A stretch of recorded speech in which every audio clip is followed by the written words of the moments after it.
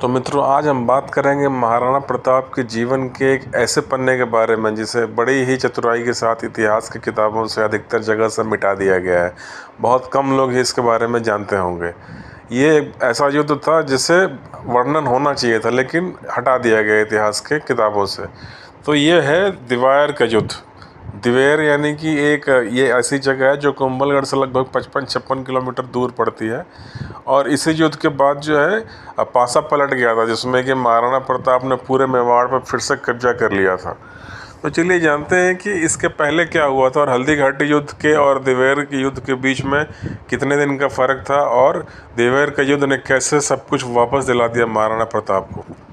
तो जैसा कि हम सब जानते हैं, मैंने अपने पिछले भी 1-2 वीडियो में बताया है, 1576 में हल्दी घाटी का जो युद्ध था उसमें जो है महाराणा प्रताप वहाँ से चतुराई का प्रदर्शन करते हुए मुग़लों को नुकसान पहुँचाने के बाद पीछे हटे, और उसके बाद चेतक की मृत्यु हो जाती है। फिर वहाँ से वो पीछे हट के कुंभलगढ़ में जाके उन्होंने जो है अपना ठिकाना बनाया बचे खुचे सैनिकों के साथ। लेकिन 1 साल के अंदर अंदर ही जो है मुग़ल बादशाह अकबर ने महाराणा प्रताप को कैद करने के लिए या उन्हें मारने के लिए दोबारा से 1 लाख की फ़ौज फिर से भेजी कुंभलगढ़ की तरफ, यानी कि 1577 में।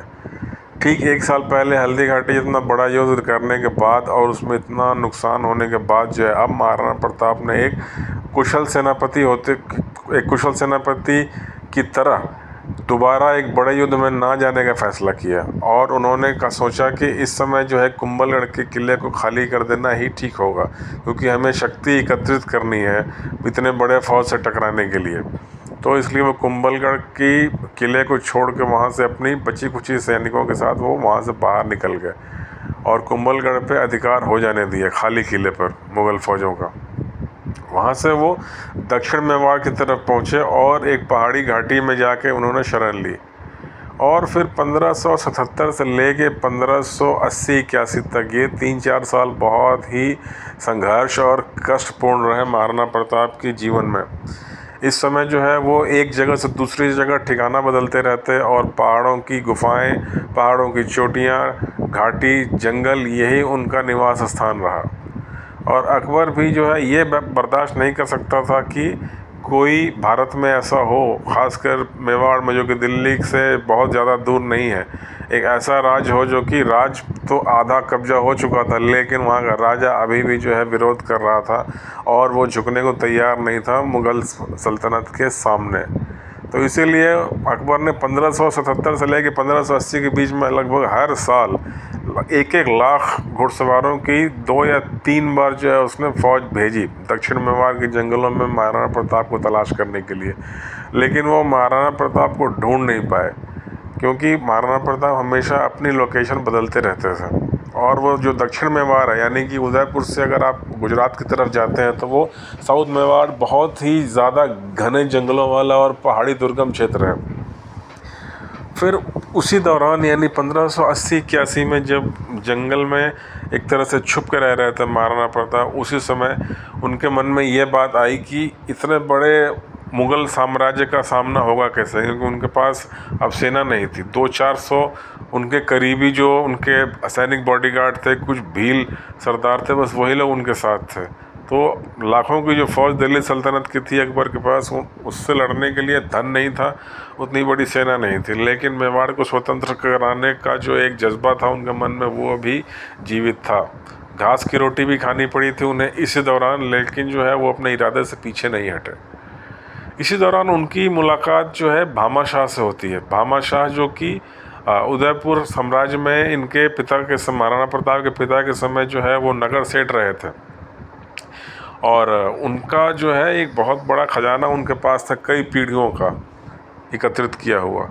वो महाराणा प्रताप को ढूंढते हुए उनके जंगल वाले निवास स्थान में पहुँचे अपने संपर्क सूत्रों के द्वारा और उनसे मुलाकात की। उन्होंने महाराणा प्रताप से कहा कि हे महाराणा, आप जो है धन के अभाव में अपने विचार मत बदलना। मेरे पास अपने 3 पीढ़ियों का एकत्रित जितना भी धन है वो सब मैं आपकी सेवा में समर्पित करता हूँ। कहते हैं कि लगभग उस ज़माने में 2 करोड़ मुद्राएं जो है भामा शाह ने महाराणा प्रताप को दान किया। इतने बड़े धनराशि से अचानक जो है फिर उनमें एक ऊर्जा सृजित हो गई। लेकिन अब बात थी सेना एकत्रित करने की। तो वो पूरा जो क्षेत्र है जो दक्षिण मेवाड़ का है, वो रावत राजपूतों का गढ़ माना जाता था। उस समय भामा शाह ने उनकी मुलाकात वहाँ के बहुत बड़े राजपूत सरदार, रावत राजपूत सरदार भगत सिंह से उनकी मुलाकात कराई। उस मुलाकात में जो है रावत सरदार ने एश्योरेंस दिया महाराणा प्रताप को कि पूरा जो है जितनी यहाँ पे जनसंख्या है राजपूत रावत सरदारों की, वो सब आपकी सेवा में एकत्रित है। तो भामा शाह का धन और वहाँ के लोकल जो रावत राजपूत सरदार थे उनकी सेनाओं को एकत्रित करके महाराणा प्रताप ने एक बहुत बड़ी शक्ति अर्जित कर ली थी। और इसके बाद जो है उनका लक्ष्य था मेवाड़ की आज़ादी, लेकिन उसमें सबसे बड़ी रुकावट थी एक तो कुंभलगढ़ के किले पर कब्जा हो जाना, और दूसरा कुंभलगढ़ से आगे बढ़ के दक्षिण मेवाड़ की तरफ मुग़लों ने 2 थाने बनाए थे जो कि दिवेर में स्थित थे। और उन दोनों थानों में लगभग कुल मिला के 50,000 मुग़ल सैनिक हमेशा तैनात रहते थे। तो इस ढंग से फिर हमले की प्लानिंग हुई और 1582 की जुलाई से इस आक्रमण की तैयारी शुरू हो गई। और फिर वो दिन आया 15 सितंबर 1582। कहते हैं कि वो विजयदशमी का दिन था। और उस दिन जो है सुबह सुबह अचानक महाराणा प्रताप की विशाल सेना ने दिवेर के थानों पर धावा बोला, और देखते ही देखते चंद घंटों में जो है महाराणा प्रताप ने अपने सेना को 2 भागों में विभाजित किया। एक का नेतृत्व वो स्वयं कर रहे थे, जबकि दूसरी सेना का नेतृत्व उनके पुत्र ज्येष्ठ पुत्र अमर सिंह कर रहे थे। और जो है उसके बाद जब हमने सबसे पहला हमला अमर सिंह ने ही किया था, और जो है एक जो थाना था पहला उसे नेस्तनाबूद कर दिया। उस समय वहाँ पे ये बहलोल खान जो कि एक बहुत ही विशालकाय क्रूर उज़्बेक मुग़ल सरदार था, वो वहाँ तैनात था।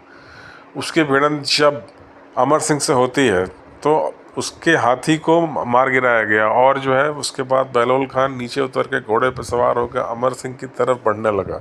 उसी समय एक और मुग़ल सरदार जो कि बादशाह अकबर का चाचा था, उसने जो है सीधा आक्रमण किया अमर सिंह पर, लेकिन अमर सिंह ने अपने निजी भाले के एक ही वार से जो है उस मुग़ल सरदार को घोड़े सहित ज़मीन पे एक तरह से कहते हैं कि आर पार करके जो है ज़मीन में कील की तरह गाड़ दिया, और उसकी वहीं पे मृत्यु हो जाती है। ये देख के बहलोल खान एकदम अपनी एक बहुत बड़ी सेना लेके सीधा वो दौड़ा अमर सिंह की तरफ। उस समय महाराणा प्रताप ने बीच में रास्ता रोका बहलोल खान का, और एक थोड़ी देर के युद्ध के बाद जो है महाराणा प्रताप ने बहलोल खान को घोड़े सहित बीचों बीच चीर दिया था ऊपर से नीचे की तरफ। यही वो इंसिडेंट है जो कि इतिहास में कई बार लोग कहते हैं कि बहलोल खान को महाराणा प्रताप ने घोड़े सहित चीर दिया था। और इस बहलोल खान की मौत के बाद मुग़ल सेनाओं में हड़कंप मच गया, और देखते ही देखते 50,000 में से जो 36,000 मुग़ल सैनिक बचे थे उन्होंने महाराणा प्रताप के सामने आत्मसमर्पण कर दिया।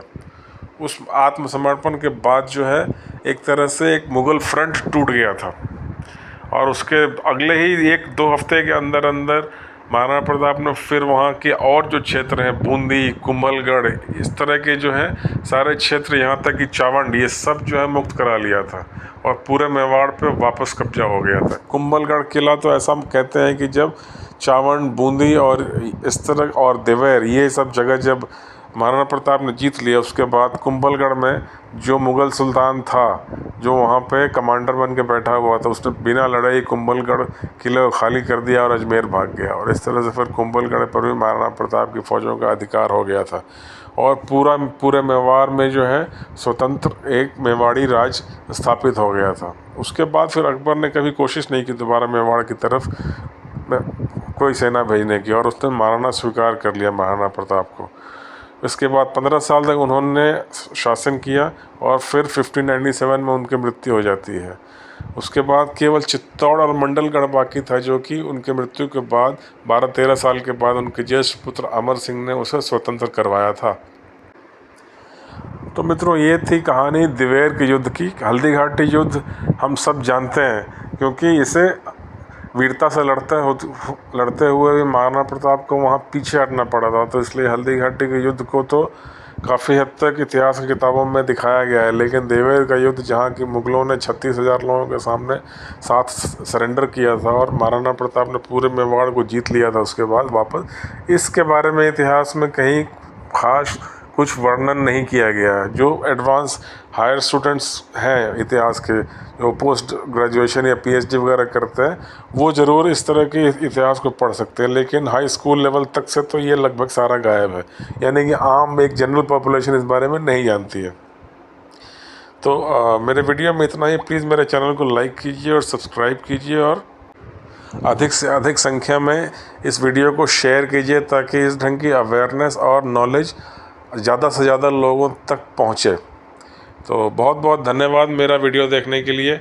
मिलते हैं फिर बहुत जल्दी, ऐसे ही किसी रोचक विषय पर बात करेंगे जिसके बारे में कम लोग जानते हैं, और अपने ज्ञान की यात्रा को आगे बढ़ाएंगे। बहुत बहुत धन्यवाद। एक बार फिर से अनुरोध है कि मेरे चैनल को प्लीज़ लाइक और सब्सक्राइब और शेयर अवश्य करें। बहुत बहुत धन्यवाद मित्रों।